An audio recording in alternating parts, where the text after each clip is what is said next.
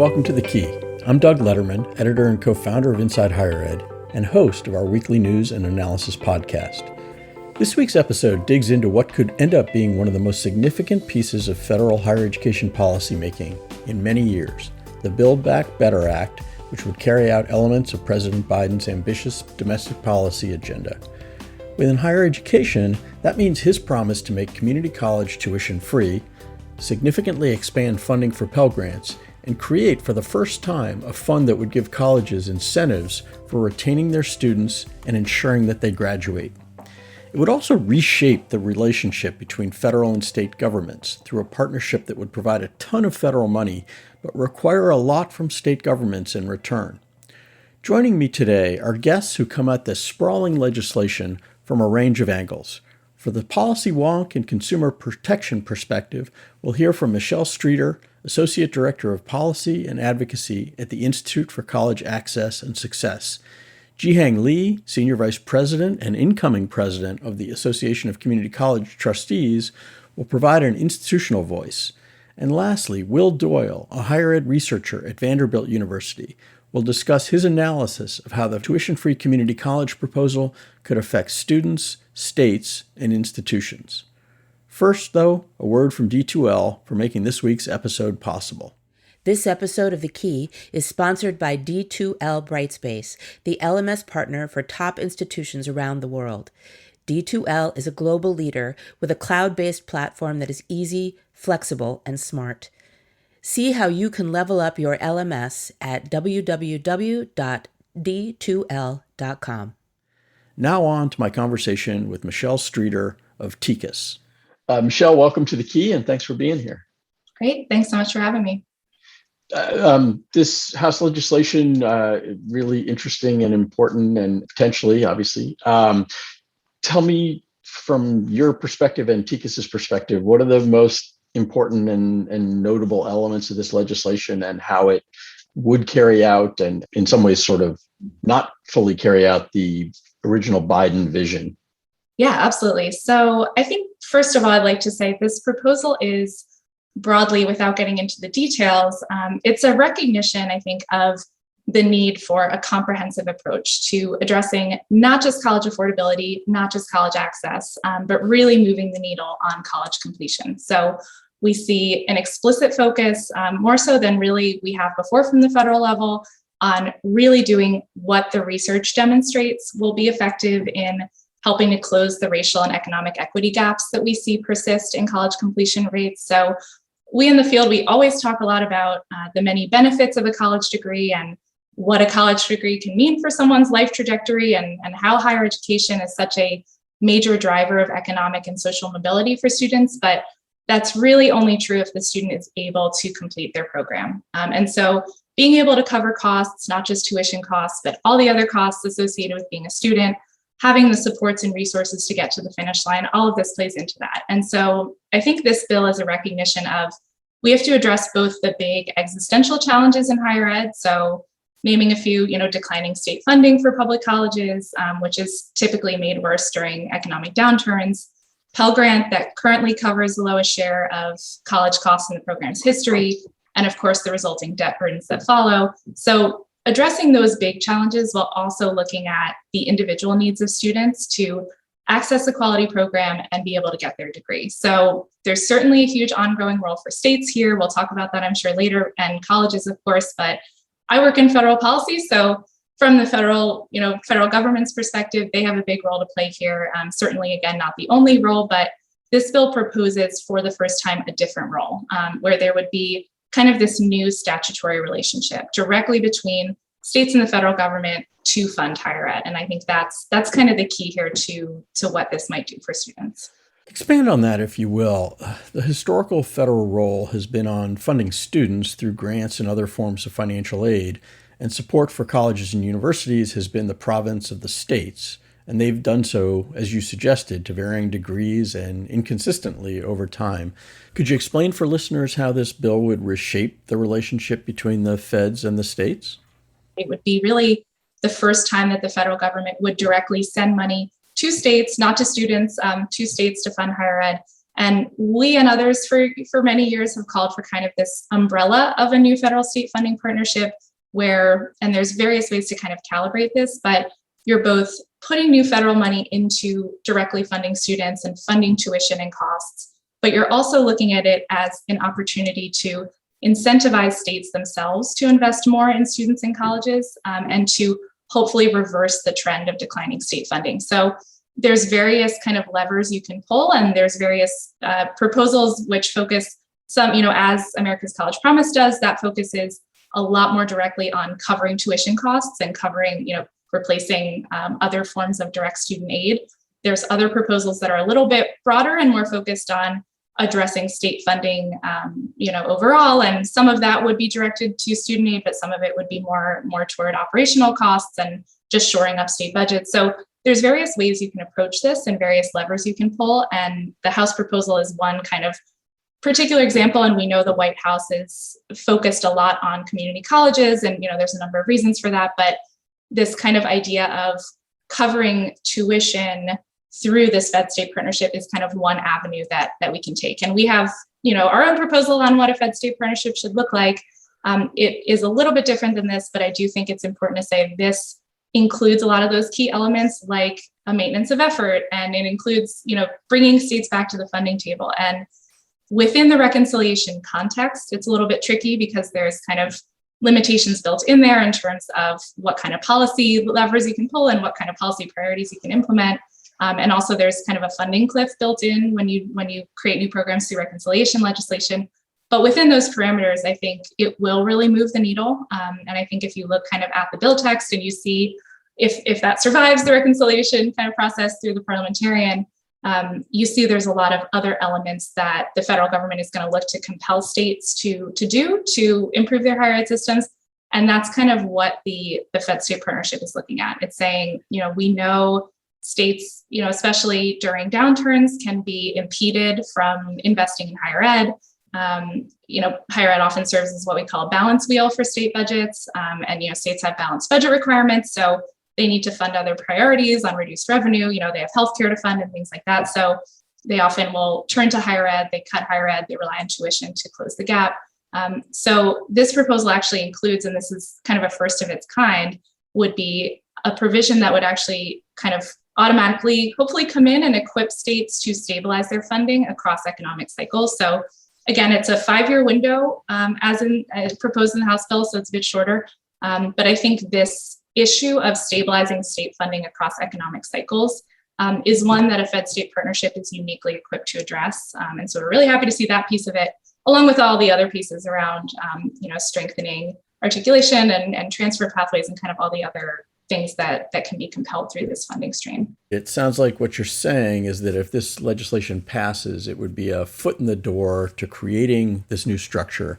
And while it might be narrower and shorter term than you'd like, it would at least establish a new approach that could be built on later and might be hard to undo, since it can be hard to kill off a federal program once it's created. What are some of the other elements in this legislation that are noteworthy, particularly in suggesting a new kind of federal policy making? Another big piece is the funding for completion and retention initiatives. So again, this is kind of a first of its kind federal proposal. Again, it's a lot less than what was originally proposed, but it's still, I think, $9 billion is still huge. So, we were at zero. So from 0 to 9 billion is quite a leap. But again, I think this really reflects where the research in the field has been pushing over the past few years in terms of we need to increase completion rates. And if we're only thinking about getting someone in the door, there's a lot in between starting and finishing that we're not accounting for in terms of federal funding. And so we need to be able to, there's a lot of evidence for programs that do work. A lot of colleges know what works, states know what work in many cases, but there just isn't always the money available to scale these programs. And again, that's kind of where, in the same way with the Fed state funding partnership, you want to harness the spending power of the federal government to scale up things that we know work. So there's a nice set aside within the House proposal for evidence-based programs. One comes to mind, I think a lot of folks will be familiar with, is CUNY ASAP, kind of those comprehensive advising-based programs. But there's also kind of funding for innovation and for states and colleges to try other things and see what might scale. And again, that's a nice balance I think they're trying to strike, as they do with the free community college program, between it's not just the federal hammer coming in. I think it's this continued recognition that the state role is really important, and states kind of have a really strong sense of what their students and what their residents need. And it's not always the same. And so that can be difficult to account for in legislating from the federal side, but also I think there is a recognition of that across this bill, which is really important. The federal government has two key roles in higher ed policy: funding key priorities and more of an accountability role to try to ensure quality and to protect students. This administration and this legislation pretty clearly embrace the former role, but I'm curious what signals we see in this bill about the accountability role and that federal hammer you mentioned. I think that is kind of the big overarching question here that is not necessarily answered explicitly by this proposal. I think there's a lot of different ways you can interpret the word accountability and what it means for higher ed. I think certainly, the administration has the negotiated rulemaking process, and they've kind of signaled their commitment to, hopefully it seems like restore some of the previous accountability measures that were in place before, during the Obama administration. There hasn't been, I think, as much reflection of that in their legislating yet. I think some of that may have to do with the reconciliation parameters. I also think there are broader conversations that need to be had about, we would, for example, like to see an expansion to allow, all public colleges to be a part of some kind of federal state partnership, and kind of thinking about community colleges play a really important role, and thinking about how are we what are we incentivizing? What are we funding? How are we able to equip institutions to serve the students that they have, the students that they are currently serving? What kind of new students might come into the picture if this funding stream is opened up? But also just thinking again about, we don't want to be leading students into something that isn't going to pay off for them. And I don't think there are currently enough parameters in place. I think I probably am not speaking out of turn from TCAS's standpoint in saying that. But at the same time, I think it's also important to be really careful. I don't want to conflate. I think we know that public colleges are doing a really good job on whole, and that includes, 2-year and 4-year, and we need to make a lot more investments in those institutions. We've appropriately, I think, been focusing on the policy in this conversation, but we also, newsflash here, have a good bit of politics in our world these days, and they're really swirling around this bill. There's a lot less money in here than a lot of colleges and student advocates surely wanted, and less than was in the administration's original American Families Plan on which the legislation is based. But it's a heck of a lot more than Republicans, and it looks like a few key Senate Democrats think is prudent to spend. Without asking you to gaze into a crystal ball exactly, what do you see as the challenges on the path to this becoming law? Is it likely that the key elements remain, but the dollar amounts keep getting smaller? We are very optimistic that something will go through. And I think our goal at this point, of course, we don't want to negotiate against ourselves. It's the job of Congress to do that amongst themselves. But I think we want to be realistic in saying, we understand this may get cut further, but also say you need to keep this kind of coordinated, comprehensive approach intact. You probably wouldn't love to see then something, which I suppose I could envision, which would just be, we're just going to throw all this money back to Pell Grants or something. Your hope is that this sort of framework stays intact in a way that sort of creates some things and that can, again, once they're in place, they can be adapted, but would be there. Absolutely. I think that is spot on. And I think building the opportunity to build new things into statute is a fairly rare one at this point, and missing that opportunity in all of these policy areas and priority areas for higher ed would be a shame. And so I think we would, if we're talking about trade-offs, we would rather see, the bones of a federal state partnership built in. That again is like, we've created a new statutory relationship. We may need to then go back and extend it, expand it, fund it, evaluate, what it looks like and argue about all of that over time. But just building that in right now while we have this window is really important. This episode is sponsored by D2L Brightspace, the easy, flexible, and smart choice for your LMS.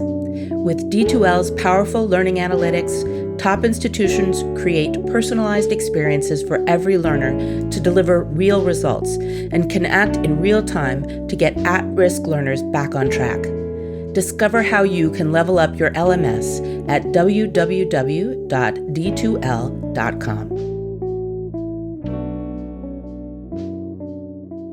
That was Michelle Streeter, Associate Director of Policy and Advocacy at the Institute for College Access and Success. We're going to follow that think tank perspective with an institutional one by hearing from Jihang Lee, Senior Vice President at the Association of Community College Trustees, where he has tracked federal and state policy for 15 years. Jihang, welcome to The Key, and thanks for being here. Okay, well, thank you so much for the invitation. It's great to be here. The Build Back Better Act would, if enacted, have an enormous impact on your member institutions. What are the most significant elements of the legislation from your and their perspective? Well, obviously, the bill has the America's College Promise, which is a free community college component, which creates a federal-state partnership around universal access to community colleges. And I'm sure we're going to be talking about that for the duration of this conversation. But I would just highlight a couple of other things. Number one, it also includes additional resources for workforce training programs. For an example, on the Ways and Means portion, it includes TAA money for community college training grants. It also included $2 billion in the labor portion for community colleges for workforce training. But, the one thing that we flagged for the administration and for Congress as part of the process of doing America's College Promise is that currently, right now, if you receive a Pell Grant, you are taxed on the portions of that Pell Grant that is used for items that are not tuition fees or direct costs for college. So all the things for cost of attendance were taxed.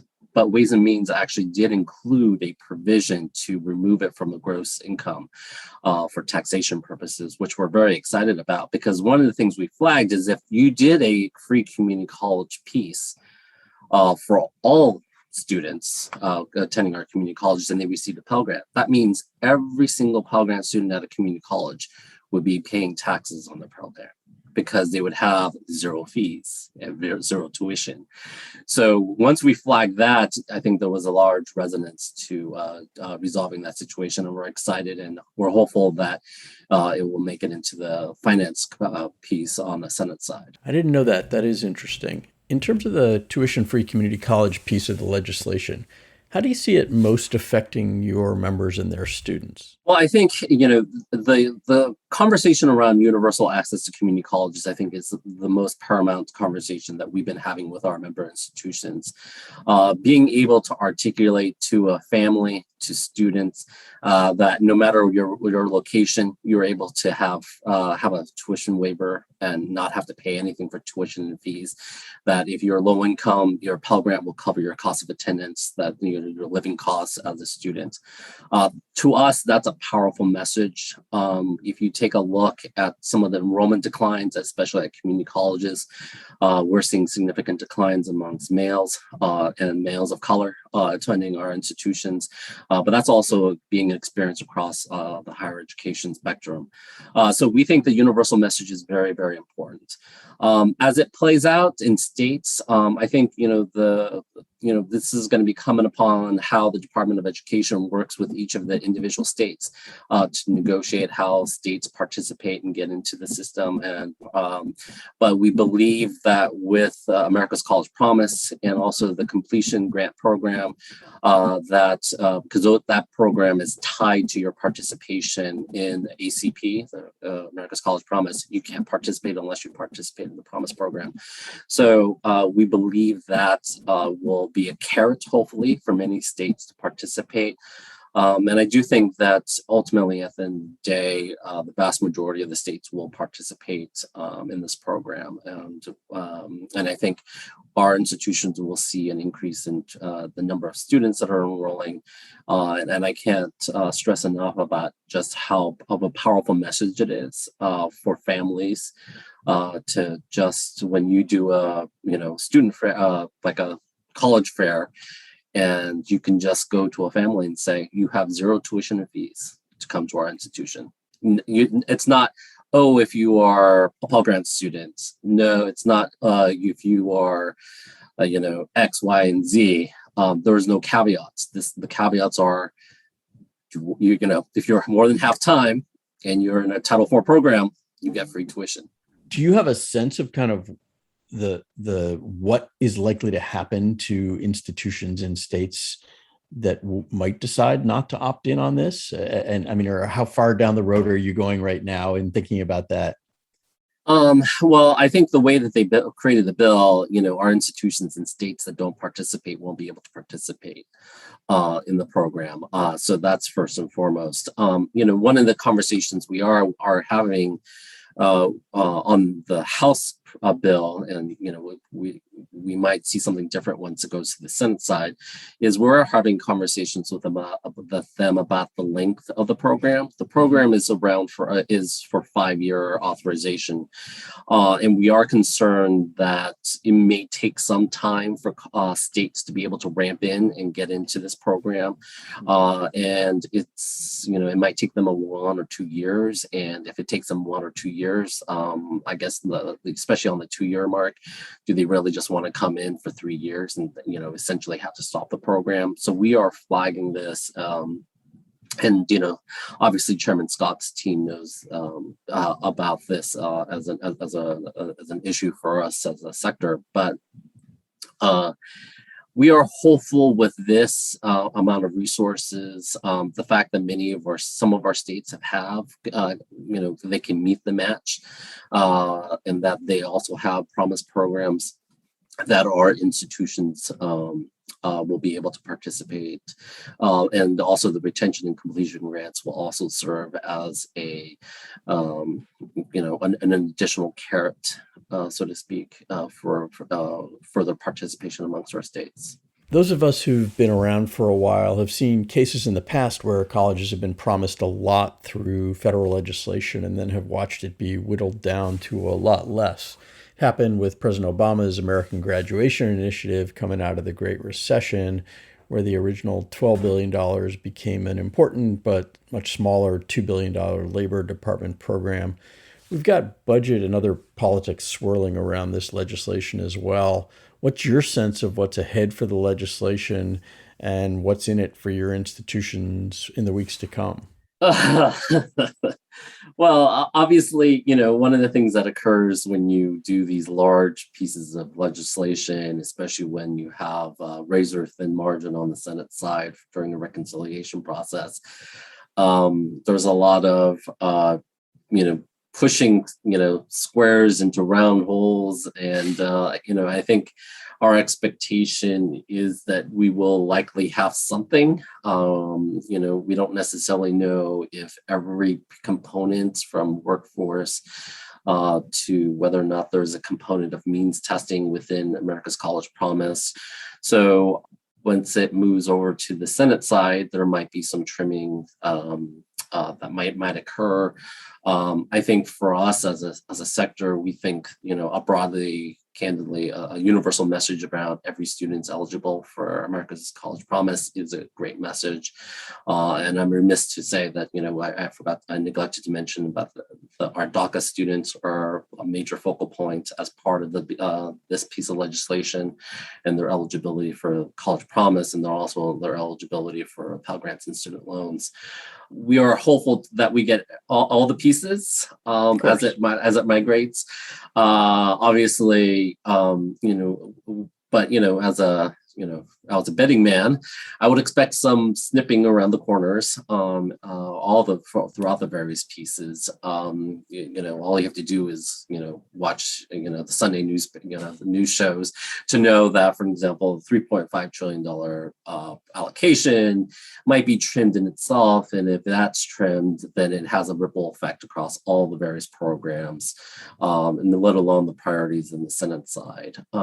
So we are expecting some, but we're hopeful that the resources that were provided remain solid as it moves through the legislative process and signed into law. That was Jihang Lee, Senior Vice President at the Association of Community College Trustees. For our last conversation today, I'm joined by Will Doyle, a professor of higher education at Vanderbilt University who focuses on the impact of higher education policy.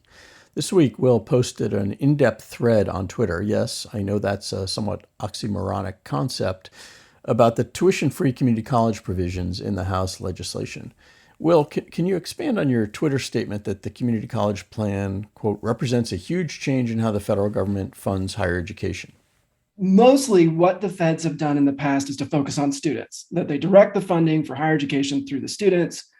And they do that primarily through the Pell Grant program, and they also do it through the various ways in which they subsidize student loans. But here in this plan, for the first time at a very large scale, the feds are proposing to directly fund institutions so that students can attend. And in fact, for the states that decide to participate, dropping tuition to zero at community colleges for students. And that's much more how states have historically operated in their funding, correct? Is enrollment based or something else, but money to institutions. Yeah, the basic division of responsibility has been that the states fund institutions, and then the feds come in and step in and provide additional funding so people can go to those institutions, can afford the tuition there. Right, and the modest exceptions to that are things like the Strengthening Institutions program and some of the support for historically Black institutions, et cetera. But those are infinitesimal compared to what we're talking about here. Yeah, we're at an entirely different scale with this. Right. And some of the other elements that I think are probably worth talking about in that larger reframing, this compact or change in the relationship, does it also provide an opportunity for the federal government to ask more of the states in addition to giving them a lot more money? Yeah, absolutely. And that's how you see the federal government establish its priorities in a bunch of other areas is by offering funding for the states. But when the states get that money, they have to abide by the federal rules. And so that's the way that Medicaid funding works. Healthcare for low-income people works. It's the way that temporary assistance to needy families works, what used to be called welfare. And it's the way that transportation. So these other huge policy areas, that's the way the federal government gets its priorities done. And isn't that how we have speed limits? That's the example that I think of is that they've tied highway funds to certain rules of the road, right? Yep. So you have to abide by those federal safety regulations if you want those federal transportation funds. So what are the key things in this legislation that the federal government would be asking of the states? So what they're going to ask the states is to charge $0 at community colleges. So it's, for students attending for basically the first couple of years, those students will go to community college for free. And it's everybody, all students in those first couple of years of attendance. No, it doesn't depend on age or, other types of things. And in particular, it doesn't depend on the student's income. In return for that, if the states, drop that tuition down to zero, the federal government will give them an amount that's equal to, sort of the average of community college tuition across the states. But that's it's actually like the feds will do 80% of that amount and the states have to match 20%. So zero tuition, feds give, it looks like it's something like $4,000 and the states have to provide about $1,000, call it. One of the other elements of it is maintaining something that we've called maintenance of effort, right? Which has been talked about in some other pieces of legislation. And if I'm remembering right, stretching back into my memory, was part of like the 2008-9 stimulus legislation was that states talk a little bit about what that means. Yeah, so the huge concern anytime the federal government steps in to fund something along with the states is that the states will be like, hey, thanks for this money. We're just going to cut our funding by the amount that you're giving us. So, and then they can take that and, devote it to something else. They can cut taxes or spend it in some other area. And so any kind of federal state program, there's going to likely be some mechanism that's going to say, oh no, the states have to spend what they were spending. And then this new money coming in is extra. It's on top of what the states were spending.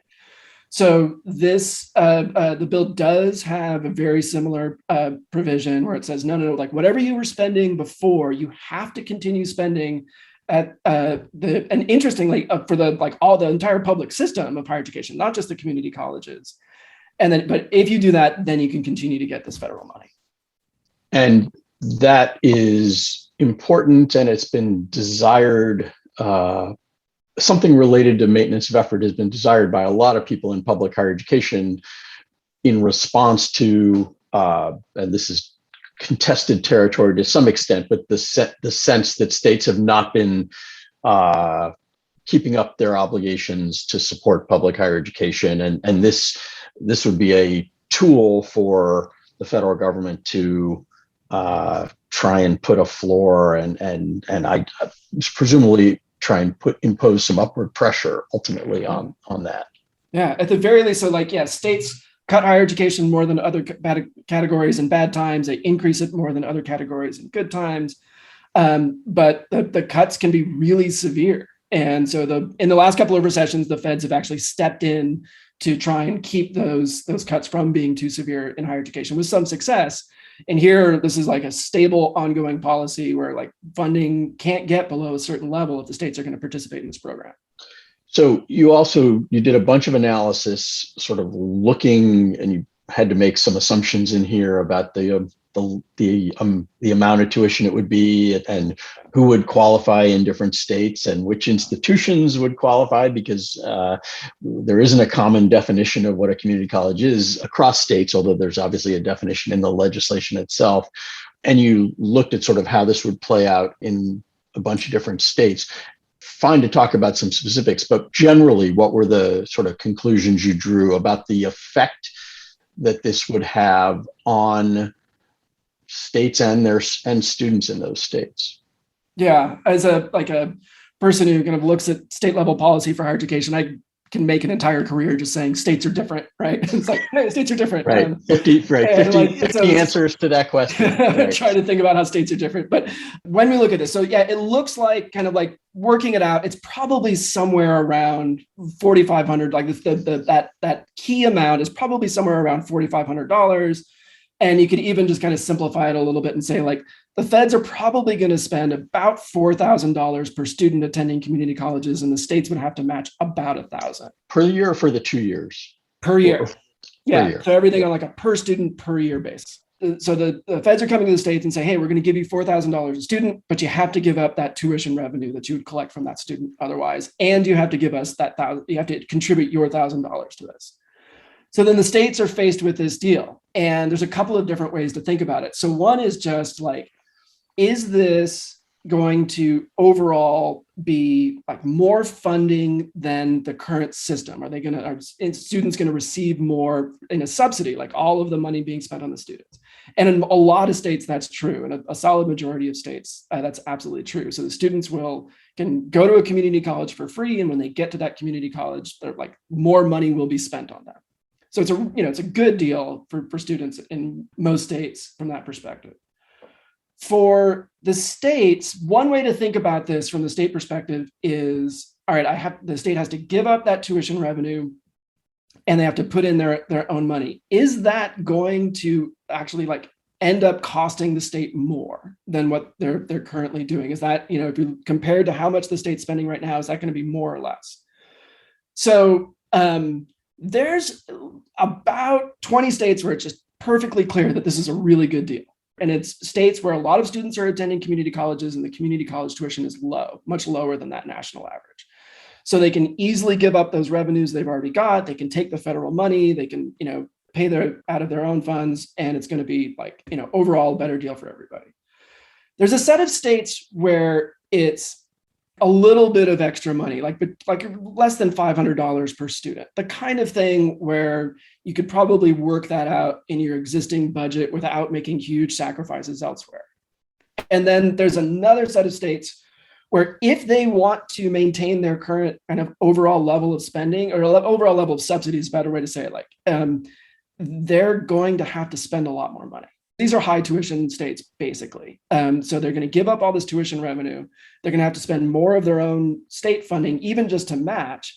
Plus, then there's going to be this big gap where there used to be tuition, there's nothing. And so the state would have to fill that in if they wanted to. Could that conceivably lead states to opt out, as is the case in some of these other programs that you described? So, yeah, the most recent example we have is the example of Medicaid expansion under the Affordable Care Act, under Obamacare, right? And that was intensely political. And so it's extreme. I mean, many things are political these days, but that was an intensely political especially, process, right? So it's difficult to know what lessons to draw from that. But just really generally, the terms for Medicare expansion were more generous than the terms we're talking about here. The federal government was putting a lot more money on the table to fund healthcare for low-income people. The states would have had to put their own money in, but it was much, much more generous terms. So here, it really does put a set of states in a fairly difficult position. They could just, and it's places, Vermont, New Hampshire, they don't spend hardly anything on their community college students. They could just kind of come up and start spending what everybody else does. That's that is a reasonable thing to ask. But it's a big change from the way that they've done things in the past. We've talked about sort of the impact on the states, and we've talked about the benefits for the students. What's your sense of the impact or the result of this for the institutions themselves? Is it, across the board a good thing? So it falls out in those states that we were talking about. There's one set of institutions that are likely to see a reasonably substantial increase in their budgets as a result of this. They're going to get some additional revenue coming in from this federal and state match. It's going to be more than enough to make up the tuition revenues that they're losing. The set of institutions I really worry about are if the state agrees to participate, drops the tuition revenue, and then doesn't come in with extra money beyond the match. And so then you're just telling these places, you don't get the tuition revenue anymore. You're getting that federal funding plus our state match, and that's it. Figure it out from here. And so the reason that that's additionally concerning is that if you drop the tuition to zero, more people are going to go to the community colleges. It's going to be new people who wouldn't have gone otherwise, and it's going to be people who would have gone to a 4-year but are going to go to a 2-year because it's so much cheaper. So at the same time that they're going to face increased enrollment, there's going to be real constraints on what they can do. They may be asked to do so with less money. Another situation that community colleges are used to finding themselves in. Yes, that is not unusual for community college, but it doesn't make it right. That conversation with Vanderbilt's Will Doyle completes today's episode about arguably one of the most important pieces of higher education legislation we've seen in a long time. Thanks to Will, Jihang Lee of the Association of Community College Trustees, and Michelle Streeter of the Institute for College Access and Success for their perspectives on the significance and the potential impact of this bill. Thanks also to D2L for its support of important conversations like these. You can follow Alexis Gravely's excellent coverage of this and other federal policies today and always on Inside Higher Ed, and the Key will certainly return to these issues as the legislation progresses. The relationship between higher education and governments is constantly evolving, and while it may seem to be interesting and important mostly to lobbyists and policy wonks, how the government views and treats colleges and universities has implications for students, college employees, and even you English and engineering professors out there. Federal and state funding is a major part of the equation for how your colleges operate, whether they thrive financially or not, and in turn, how they support you and your students. So I'd encourage you to pay at least some attention to issues like the ones we discussed today. Thanks for listening, and until next week, I'm Doug Letterman, host of The Key. Stay well and stay safe.